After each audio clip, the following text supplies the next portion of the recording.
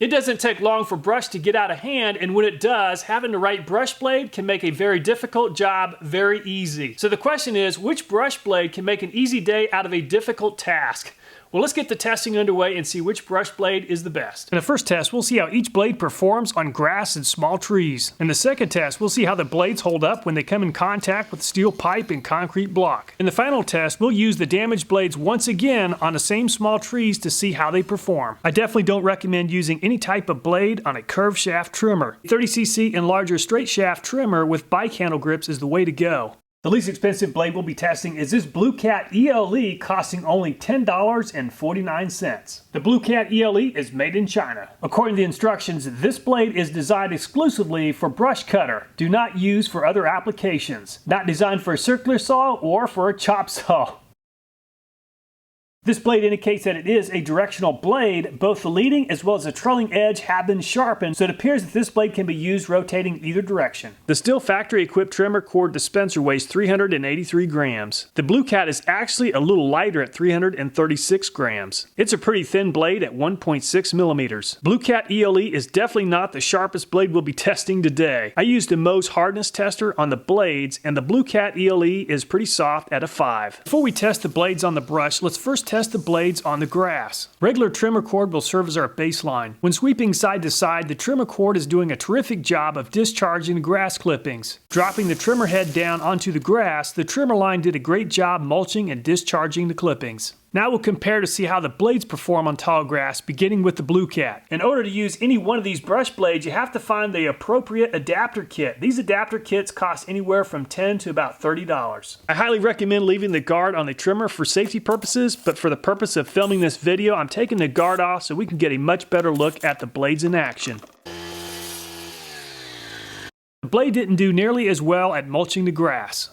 While it did a great job cutting the grass gathered on top of the blade instead of discharging the grass clippings. Since the blade on my trimmer spins counterclockwise, during the testing, I'll approach the brush from the right side to avoid kickback. The 1-inch tree was just too much for the BlueCat, and it wasn't able to completely cut through the tree. Since the BlueCat struggled on the 1-inch material, I won't test it on larger diameter trees.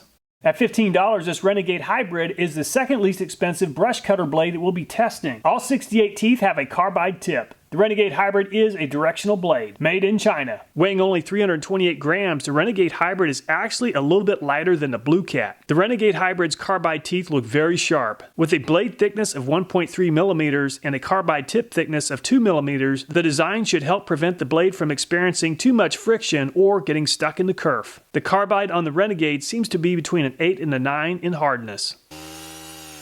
The Renegade Hybrid did not do well mulching the grass. Just like the BlueCat, the Renegade did not do well at discharging the clippings either. The Renegade cut through the 1-inch tree in under a second, and the blade didn't seem to lose very much speed at all. The Renegade lost a lot of speed on a 2-inch brush, but it took less than a second to make the cut. The Renegade blade lost a lot of speed on the 3.5-inch brush and needed 7 seconds to make the cut. The blade seemed to experience a lot of friction in the kerf while making the cut. At a price of $16.99 is this Euros brand brush cutter, made in China. This brush cutter has 6 different blades, and each blade is sharpened on both sides, so this brush cutter is bidirectional. The Euros weighs 400 grams. The Euros blade thickness is 1.74 millimeters and has a metal hardness of 6. The 6 blades of the Euros actually did a decent job mulching the grass.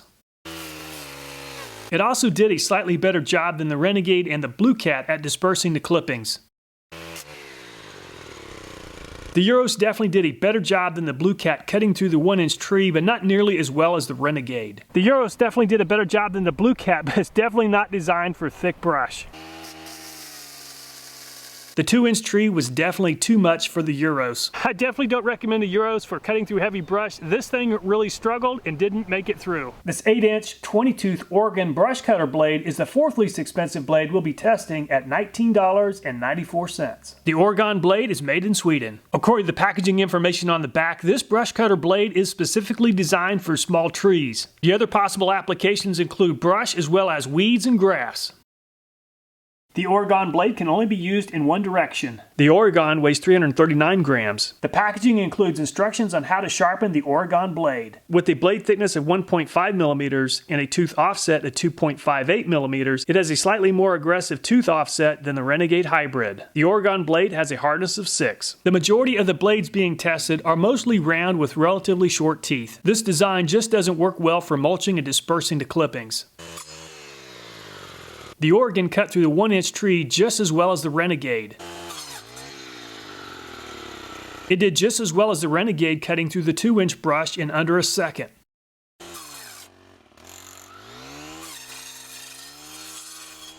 At only 5 seconds, the Oregon cut through the 3.5-inch brush a little bit faster than the Renegade. If you're looking for a really mean blade, this Forester blade might be the right one for you.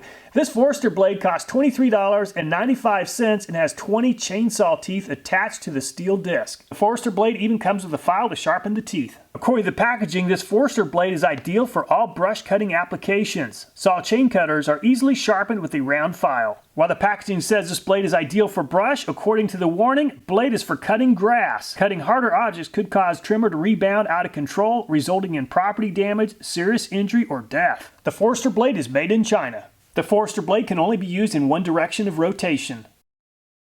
Wow, check that blade out. This blade looks mean. The Forester is the heaviest blade yet at 534 grams. The teeth have a hardness between a 7 and an 8. With a blade thickness of 1.7 millimeters and a tooth thickness of around 7.3 millimeters, there's definitely plenty of offset. According to the packaging, the Forester is designed for grass, but definitely didn't do well mulching and dispersing the clippings. The Forester is a very heavy blade, and the 1-inch tree didn't seem to slow down the Forester at all. The Forester definitely made a faster cut than the Oregon and Renegade cutting through the 2-inch tree. The Forester is by far the fastest blade so far, cutting through the 3.5-inch tree. Very impressive job. At $35.80, the Echo blade is the third most expensive blade we'll be testing. It's a 10-inch 80-tooth brush blade, recommended for material up to 3.5-inch diameter depending on the material being cut and condition of the blade. Made in Japan. The Echo blade is directional. The Echo is pretty heavy at 507 grams. The blade thickness is 1.5 millimeters and the tooth offset is around 2 millimeters. It has a blade hardness of 5. The Echo definitely took longer cutting through the 1-inch tree than the Renegade, Oregon, and Forester.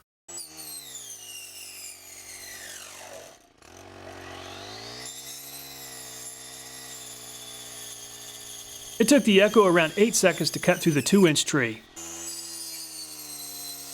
It took around 30 seconds to cut through the 3.5-inch tree. The second most expensive blade we'll be testing at $36.25 is this Husqvarna Multi 300 3T. According to the packaging, this Stihl blade is designed for grass, made in Norway. This is a bidirectional blade, both sides have been sharpened. The Husqvarna is the heaviest blade yet at 582 grams. Since it's not designed for brush, it doesn't have a sharp edge or an offset. It's more than twice as thick as some of the other blades at 3.7 millimeters and has a hardness of 6.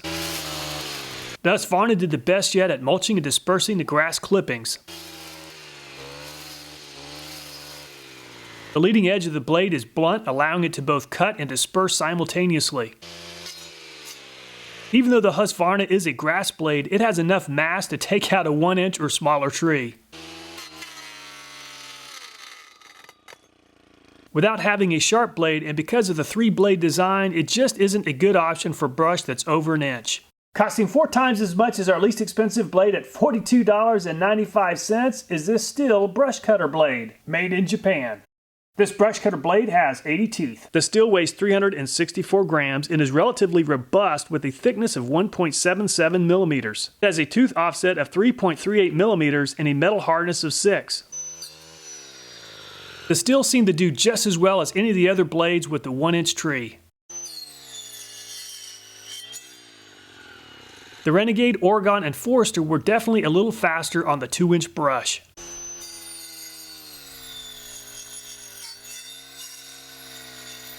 The Stihl definitely wasn't as fast as the Renegade, Oregon, or Forester cutting through the 3-inch brush. The Renegade, Oregon, and Forester all cut through the 2-inch brush in 1 second or less. The Stihl took 2 seconds and the Echo around 8 seconds. For the 3.5-inch brush, the Forester did by far the best at only 1 second, the Oregon 5 seconds, Renegade 7, Stihl 10, and Echo around 30 seconds. When clearing brush, incidental contact with metal and rocks can quickly damage a blade. Up next, we'll see how these blades hold up when they come in contact with a piece of galvanized metal pipe, beginning with the BlueCat blade. The BlueCat created a few sparks as it bounced off of the metal. It experienced minor damage to the edge of the blade. Testing the Renegade blade next. About a fraction of a second into this test, I realized that I should have used a much thicker piece of steel. The carbide teeth on the Renegade blade cut right through the steel pipe without a problem. However, the metal did cause minor damage to a couple of the Renegade's teeth. Testing the Euros next. The Euros left a few marks on the pipe, and the pipe only caused minor damage to the very tips of the blades. Testing the Oregon next. The Oregon cut about a third of the way through the pipe. The pipe did cause minor damage to the blade and most of the teeth on the blade. Testing the Forester next. The teeth on the Forester are made of a much harder steel than most of the other blades and definitely harder than the steel pipe. Wow, the Forester took a big old chunk out of this pipe. Several of the teeth on the Forester experienced damage. Testing the Echo next. There were minor abrasions on the pipe, and unfortunately, the pipe caused quite a bit of dulling to all of the teeth on the Echo blade. Testing the Husqvarna next. The Husqvarna can definitely handle direct impact with metal. After beating up the pipe, the Husqvarna didn't experience any noticeable damage. Testing the Stihl next. Just like the Echo blade, unfortunately the pipe caused minor damage to all of the teeth on the Stihl blade. To avoid leaving stubble, cutting brush off at ground level puts the blade at risk for hitting rock. Up next, we'll see how much damage the blades experience when they come into contact with a cinder block. Testing the BlueCat first. The cinder block definitely caused a lot more wear and tear on the BlueCat blade than the metal pipe. Testing the Renegade Hybrid next. The cinder block caused damage to several more carbide teeth on the Renegade blade, but most of the teeth still seem to be very sharp and in good condition. Testing the Euros next. The Euros experienced quite a bit more damage to the leading edge of all 6 blades. Testing the Oregon next. The damage to the Oregon blade was pretty consistent. There was pretty significant damage to all of the teeth on the blade. It definitely didn't seem to hold up as well as the Renegade. Testing the Forester next. The Forester experienced quite a bit of damage to several teeth, but some of the teeth are still in pretty good condition. Testing the Echo next. Just like the Oregon, the Echo experienced quite a bit of damage to all of the teeth on the blade. It definitely didn't hold up as well as the Renegade or the Forester. Testing the Husqvarna next. The Husqvarna is definitely built to last. Other than very minor abrasions to the end of the blade, the Husqvarna looks as good as new. Testing the Stihl blade next. The damage to the Stihl is very similar to the damage to the Echo. All of the teeth experienced pretty significant damage. In the final test, we'll use the damaged blades once again on the same small trees to see how they perform. The Renegade originally cut through the 2-inch tree in under a second. The damaged blade was quite a bit slower at just over 4 seconds. The damage caused by the metal pole and the center block really slowed down the Oregon as it needed just over 8 seconds. The Forester was the fastest blade before the damage, but the damaged Forester took 7 seconds to cut through the tree. The Echo blade was much slower than the competition before the damage and remained the slowest yet at 22 seconds. It only took the undamaged Stihl blade 2 seconds to cut through the 2-inch tree, but the damaged blade took 11 seconds. The metal pole and the concrete block caused a lot of damage to the blades, but the Renegade Hybrid came out on top at 4 seconds, the Forester 7, Oregon 8, Stihl 11, and Echo 22. The blue bar represents the hardness of the teeth on the blades, and the orange bar represents the number of seconds it took for the damaged blades to cut through the 2-inch brush. The blades with teeth constructed of harder materials, including the Renegade and Forester, outperformed the Oregon, Stihl, and Echo, which were made of softer metal. The Renegade Hybrid is a very good value at just $15. The biggest drawback is, once those carbide teeth are used up, the blade becomes worthless. On the other hand, the Forester can still be sharpened, and it's a very good blade. Now, when it comes to a grass blade, the Husqvarna is going to be hard to beat. That blade is extremely durable. All my video ideas, including this one, are viewer recommended. So if you have a video idea, I hope you'll take time to leave a comment. I read and reply to as many comments as possible. Thanks so much for watching the video. Please take care and I look forward to next time.